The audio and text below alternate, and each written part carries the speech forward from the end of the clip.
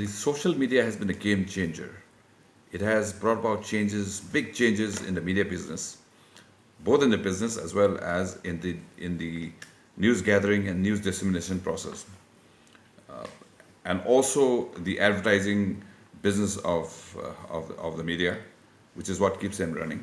And this has been because the social media is so very accessible, so very easy to use, and so very interactive, and that it is available to everybody. Anybody who has a smartphone can be part of that media network.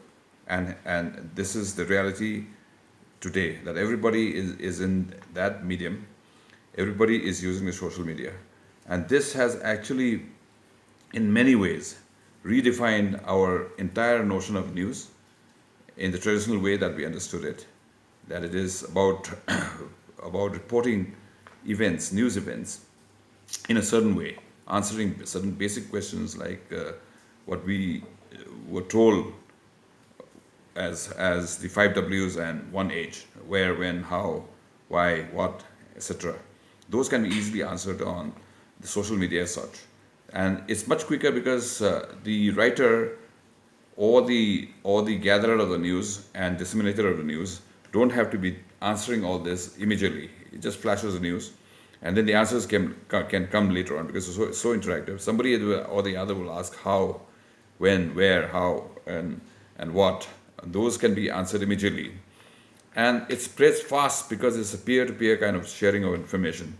It doesn't have to go through the process of being filtered in the newsroom and then vetted by the editors. It just goes, and then it reaches the next person, next friend, and then it spreads that way, and it's very quick.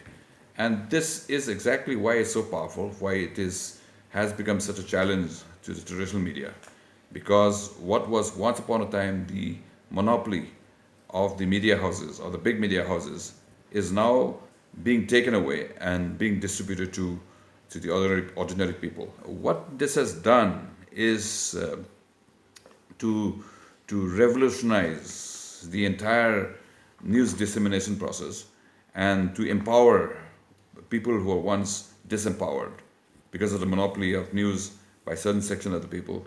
And that was dangerous. The monopoly of news by only certain section of the people was dangerous, because then vested interests could be the major the campaigns of people who are interested in certain things or certain goals. But now it's so free. It's so when you say something and somebody else will say something else, and it is up to the reader to verify and believe in what he wants to believe, or so that the checks and balances are much more.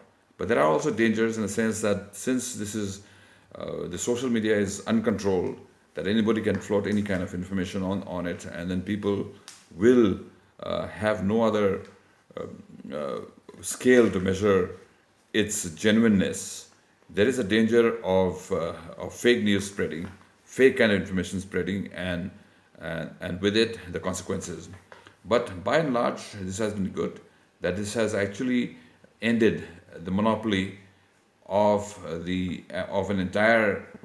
very important part of our lives, everyday lives, of democracy as such, and this has been the major gain of the news media, and the traditional media have no other choice than to either incorporate part of the social media or the way the social media works, or conform itself to actually become like the social media to some extent, to a great extent, to take in the good points and then try to fashion itself in a different way.